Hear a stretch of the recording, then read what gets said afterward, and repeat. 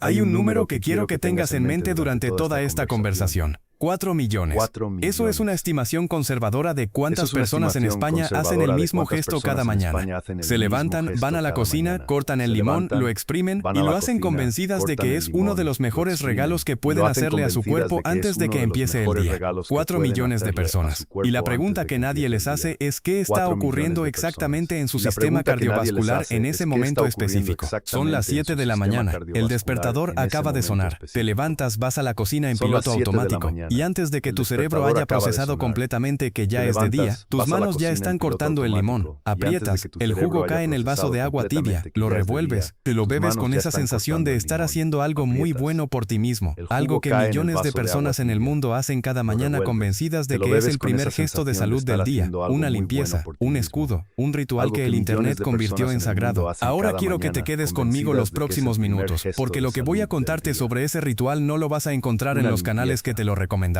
No es que el limón sea malo, no es que debas tirar los limones a la basura, ni renunciar a sus propiedades reales que existen. Lo que voy a explicarte es por qué el momento en que lo tomas, específicamente ese momento, los primeros minutos de la mañana en ayunas, puede ser para un corazón mayor de 60 años exactamente el tipo de agresión que no necesita en el instante más vulnerable de toda su jornada. Hay algo que ocurre en tu cuerpo entre las 6 y las 8 de la mañana que la mayoría de las personas desconoce y que cambia completamente la evaluación de cualquier hábito matutino.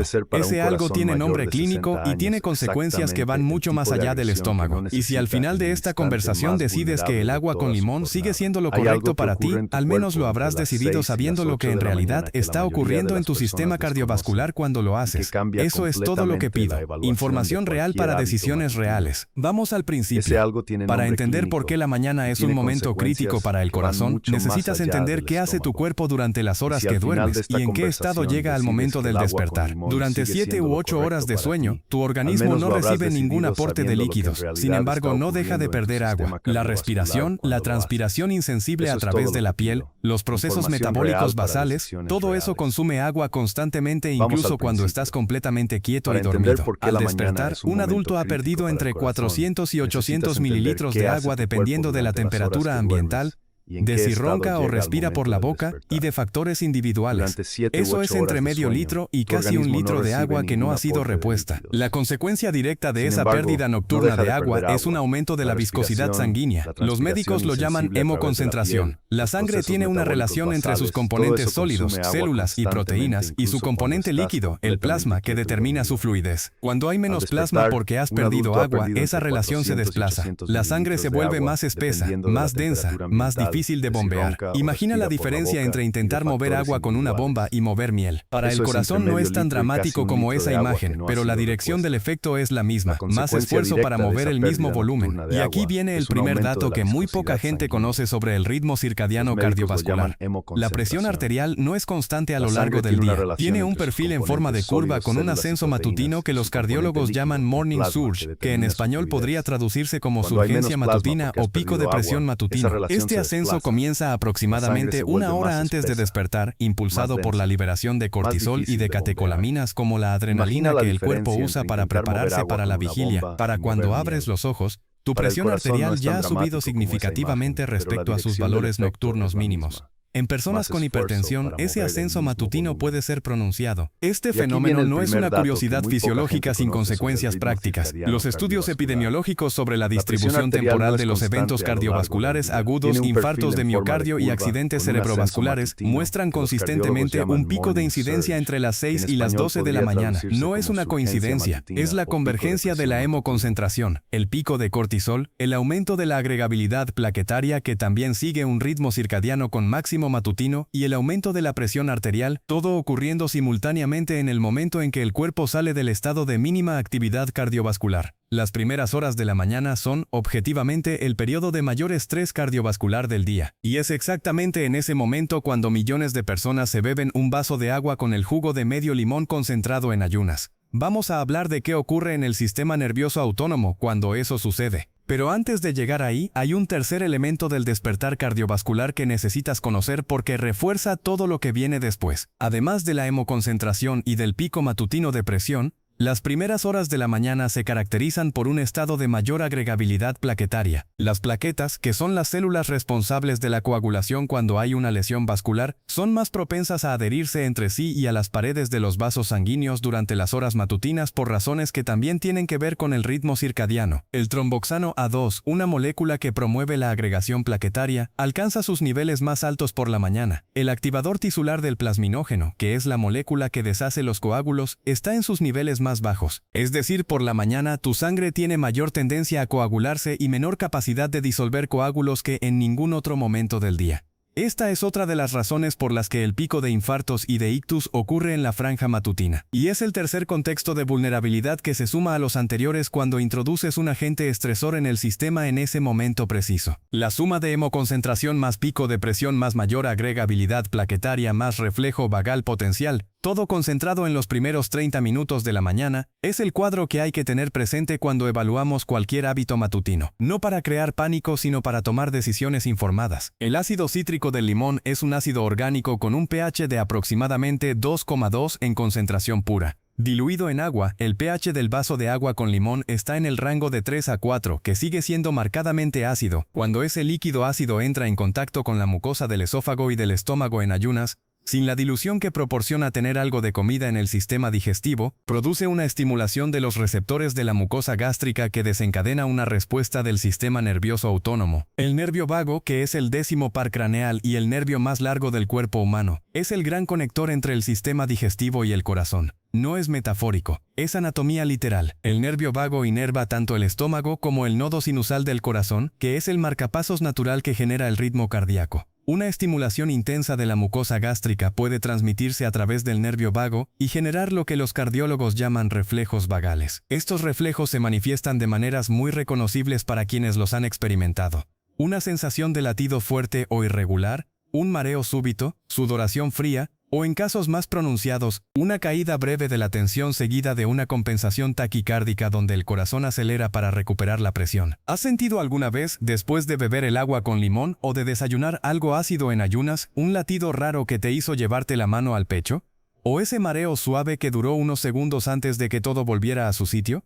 Si la respuesta es sí, no fue tu imaginación. Fue el reflejo vagogástrico diciéndote que el estómago y el corazón están hablando entre sí a través del nervio que los conecta y que en ese momento la conversación no fue amistosa. Antes de continuar con el mecanismo, quiero mencionar algo que da contexto a la magnitud del hábito que estamos analizando. El agua con limón en ayunas es probablemente uno de los hábitos de bienestar más difundidos globalmente de la última década. En 2019, búsquedas de la combinación de esas palabras en inglés superaron los 100 millones anuales según datos de tendencias de búsqueda globales. Hay canales de YouTube con más de 10 millones de suscriptores dedicados a promoverla. Está en la rutina matutina de celebrities, de atletas, de figuras de salud con millones de seguidores. Y ninguno de esos millones de contenidos está específicamente dirigido al corazón de una persona mayor de 60 años. Ese es el vacío que estamos intentando llenar hoy. Quiero ser preciso aquí porque no quiero crear un miedo exagerado donde no lo hay. Para la mayoría de las personas con un corazón sano y sin condiciones cardíacas diagnosticadas, estos reflejos vagales son incómodos pero no peligrosos. El corazón sano los maneja y se recupera sin consecuencias. El problema es el contexto. Y el contexto de lo que estamos hablando hoy es el corazón de una persona mayor de 60 años, que puede tener arterias con cierto grado de aterosclerosis, que puede tener algún tipo de arritmia latente que no ha dado síntomas todavía, que puede tener hipertensión controlada con medicación, que puede tener la función del nodo sinusal ligeramente alterada por los cambios del envejecimiento. En ese contexto, un reflejo vagal en el momento de máximo estrés cardiovascular circadiano no es lo mismo que en un corazón de 30 años en plena forma. Y hay otro elemento de este mismo momento que merece atención explícita. Muchas personas mayores toman su medicación para la tensión a primera hora de la mañana, frecuentemente en ese mismo acto de ir a la cocina a por el agua con limón. El ácido cítrico del limón no es farmacológicamente neutro en relación con ciertos medicamentos. Los inhibidores de la ECA y los antagonistas del receptor de angiotensina DON, dos de los grupos antihipertensivos más utilizados, tienen una absorción intestinal que puede verse afectada por el pH del contenido gástrico. Varios estudios han documentado que la biodisponibilidad de algunos fármacos cambia cuando se toman en un ambiente gástrico marcadamente ácido versus un ambiente gástrico en ayunas normal. Si el fármaco no se absorbe en la cantidad prevista,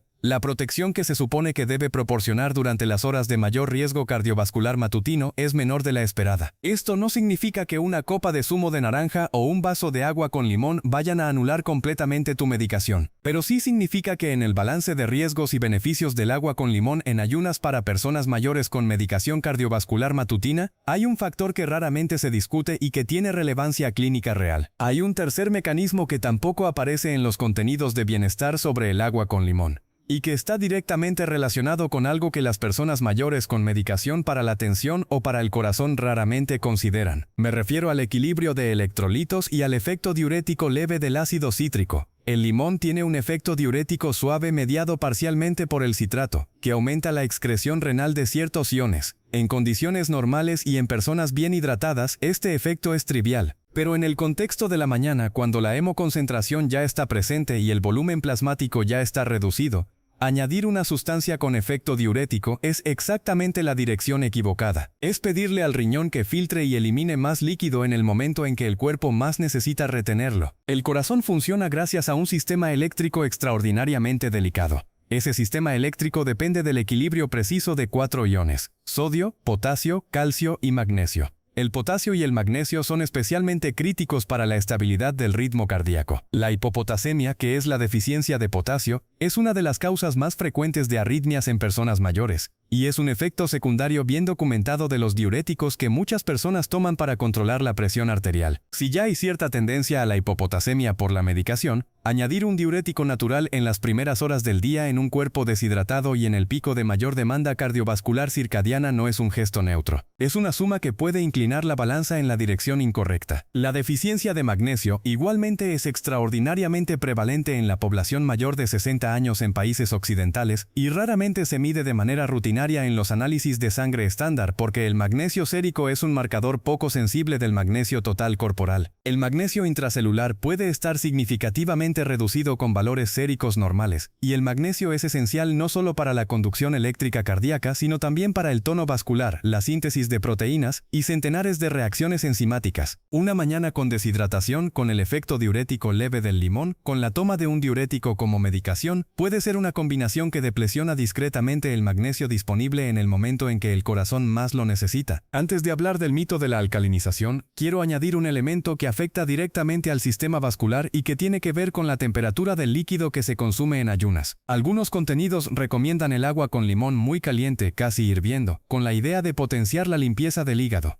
Otros la recomiendan fría. Ninguna de estas variantes es óptima desde el punto de vista cardiovascular. El agua muy fría produce vasoconstricción de los vasos del esófago y del estómago. En personas con arterias con algún grado de aterosclerosis, la vasoconstricción generalizada que puede desencadenar una bebida muy fría en el momento de mayor rigidez arterial matutina añade una carga de presión adicional que no es trivial. El fenómeno está documentado como disparador de angina en personas con enfermedad coronaria conocida y como factor que puede precipitar arritmias en personas susceptibles. El agua muy caliente produce el efecto contrario. La vasodilatación rápida del esófago y del estómago estimula el nervio vago con una intensidad incluso mayor que el ácido cítrico a temperatura ambiente. En personas con bradiarritmias subyacentes, la respuesta vagal puede generar una pausa cardíaca breve que se manifiesta como sensación de mareo intenso o de pérdida inminente de conocimiento al despertar. Ambos extremos térmicos son peores que el agua a temperatura ambiente, y esto aplica con o sin limón. Hay algo más que nadie menciona sobre este hábito matutino, y que conecta la salud bucal con la salud cardiovascular de una manera que no es metafórica sino biológicamente directa.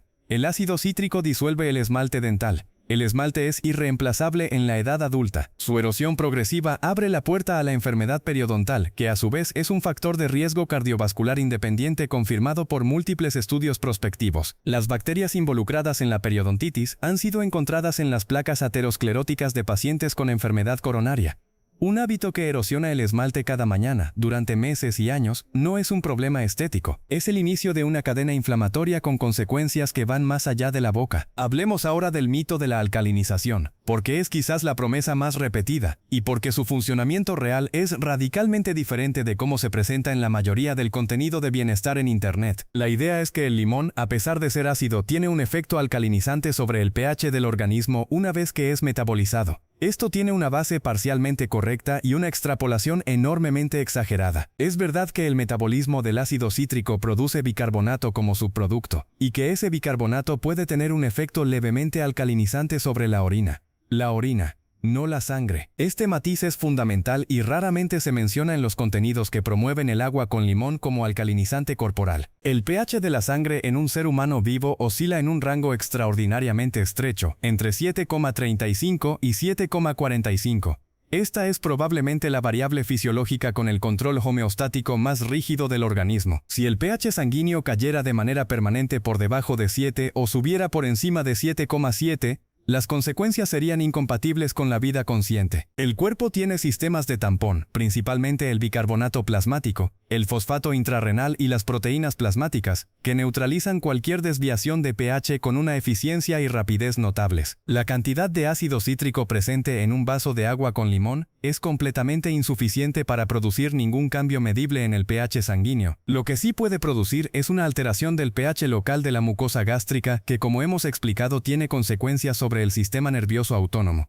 Pero eso no es alcalinización sistémica, es estimulación gástrica. La energía que el cuerpo gasta en neutralizar una carga ácida externa es energía real que proviene de los sistemas tampón, y en una persona mayor con reserva funcional reducida en riñones, esa neutralización exige un esfuerzo de regulación que en un adulto joven es trivial pero que en un sistema más ajustado tiene un coste.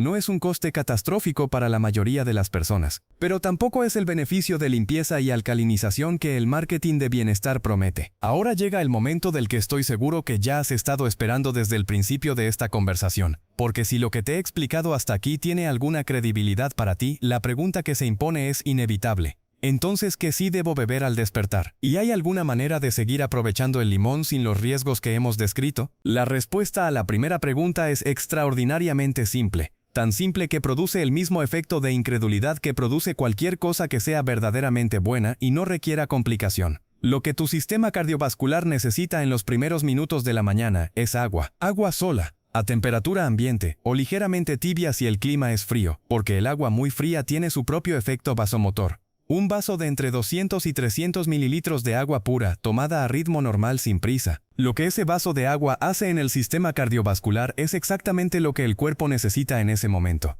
Aumenta el volumen plasmático, reduciendo la hemoconcentración. Disminuye la viscosidad sanguínea, facilitando el trabajo del corazón. Activa el tránsito intestinal de manera suave, sin estímulos ácidos. Contribuye a diluir la sangre en las horas de mayor riesgo de eventos tromboembólicos. Y le da al sistema nervioso un mensaje de disponibilidad de recursos en lugar de un mensaje de alarma química. No hay ningún componente activo especial, ningún ácido, ningún compuesto bioactivo, solo agua. Y sin embargo, desde el punto de vista de la fisiología cardiovascular matutina, ese vaso de agua pura hace exactamente lo que el corazón está esperando. Este primer vaso debe preceder a la medicación, al café, al desayuno y al limón si decides seguir usándolo. No porque necesite un tiempo mínimo específico para hacer su función, sino porque establece el orden correcto de prioridades. Primero la hidratación básica, luego, en función de cómo responda tu sistema, todo lo demás. ¿Y el limón? ¿Hay un momento en que el limón sea apropiado sin los riesgos que hemos descrito? Sí, y la diferencia entre ese momento y el ayunas matutino es completamente determinante desde el punto de vista de la respuesta fisiológica. El ácido cítrico del limón en presencia de alimentos no produce la misma estimulación gástrica que en un estómago completamente vacío. La comida actúa como tampón, diluyendo el ácido, ralentizando su contacto con la mucosa, moderando la respuesta del nervio vago. Un poco de zumo de limón sobre el pescado del almuerzo, exprimido sobre la ensalada, añadido al agua durante la comida o la merienda, aprovecha las propiedades reales del limón, que son el aporte de vitamina C, los flavonoides con efecto sobre la permeabilidad vascular y la mejora de la absorción del hierro no hemo, sin el contexto de máxima vulnerabilidad cardiovascular del despertar. Incluso para quienes insisten en tomarlo por la mañana, el cambio mínimo que marca una diferencia significativa es la secuencia. Primero el vaso de agua pura, luego con el desayuno ya comenzado o terminado, cuando el estómago ya no está en estado de ayuno completo, el limón diluido en otro vaso de agua. Ese orden cambia todo. No porque los ingredientes sean diferentes, sino porque el sistema digestivo y cardiovascular que los recibe está en un estado completamente diferente. Hay un patrón que veo de manera recurrente cuando se habla de hábitos de salud que surgieron del mundo del bienestar digital y se instalaron en la vida cotidiana de millones de personas. El patrón es este. Una propiedad real, verificable, de un alimento o práctica se extrae de su contexto, se amplifica, se convierte en promesa universal, y se aplica de una manera que ignora las diferencias individuales, las condiciones médicas preexistentes, la hora del día, la fase del ciclo circadiano, y la interacción con medicamentos. El resultado es que algo con propiedades genuinas se usa de una manera que neutraliza esas propiedades o que añade riesgos que la práctica original no tenía. El limón tiene vitamina C en cantidad relevante, especialmente el limón exprimido fresco. Un limón mediano aporta entre 40 y 50 miligramos de vitamina C, que es entre el 40 y el 50% del requerimiento diario para un adulto. Tiene flavonoides como la hesperidina y la naringenina que tienen propiedades vasoprotectoras documentadas en estudios de laboratorio, donde reducen la permeabilidad capilar y tienen efectos antiinflamatorios sobre el endotelio vascular. Tiene potasio, aunque en cantidades menores que otras fuentes como el plátano o el aguacate. Tiene limoneno y otros terpenos con posibles efectos antioxidantes. Y tiene un efecto sobre la síntesis de colágeno a través de la vitamina C que es relevante para la integridad de los vasos sanguíneos a largo plazo, porque el colágeno es uno de los componentes estructurales de la pared arterial. Todo eso es real. Todo eso tiene evidencia.